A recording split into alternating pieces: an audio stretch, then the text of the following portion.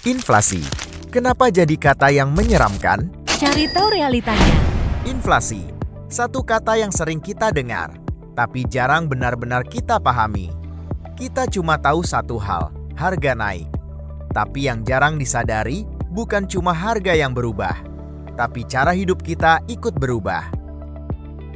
Mengapa inflasi jadi masalah?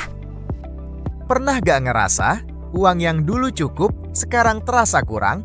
Padahal penghasilan gak berubah jauh. Tapi entah kenapa, semuanya jadi lebih mahal. Itu bukan cuma perasaan kamu, itu inflasi. Inti pemahaman. Biar gampang dipahami, coba bayangin ini. Di sebuah tempat, hanya ada 5 batang kayu. Dan total uang yang beredar, 50.000. Artinya satu batang kayu kira-kira bernilai 10.000. Sekarang bayangin, satu batang kayu hilang atau rusak. Jumlah kayu berkurang, tapi uangnya tetap sama. Apa yang terjadi? Harga per batang kayu naik. Bukan karena kayunya berubah, tapi karena jumlah barang berkurang, sementara uangnya tetap ada. Dan di dunia nyata, hal seperti ini terjadi terus-menerus. Penyebabnya, uang bertambah. Sekarang bayangin kebalikannya. Jumlah barang tetap, tapi uangnya yang bertambah. Semakin banyak uang beredar, nilai tiap uang jadi lebih kecil. Karena barangnya tetap, tapi uangnya lebih banyak. Penyebabnya, barang terbatas. Di sisi lain, barang dan sumber daya tidak selalu cukup. Produksi butuh waktu, distribusi butuh proses. Dan ketika permintaan naik lebih cepat, harga akan ikut naik. Penyebabnya, biaya naik.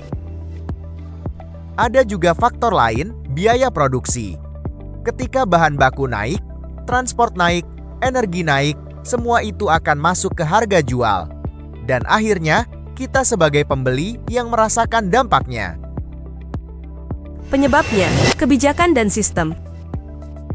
Dan di level yang lebih besar, inflasi juga dipengaruhi oleh kebijakan. Keputusan yang diambil bisa mempengaruhi jumlah uang, ketersediaan barang, dan stabilitas harga. Kadang tujuannya baik, tapi dampaknya tetap terasa ke semua orang. Dan seringkali kita tidak melihat prosesnya.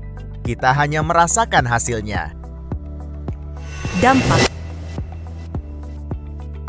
Dan inilah kenapa inflasi terasa menakutkan. Karena dampaknya pelan tapi pasti.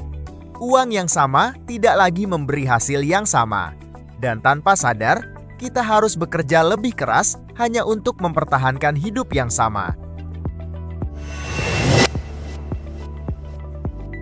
Inflasi bukan cuma soal angka, tapi soal kehidupan yang perlahan berubah. Dan kalau kita tidak memahaminya, kita hanya akan terus mengejar tanpa benar-benar maju. Subscribe dan follow Realita Uang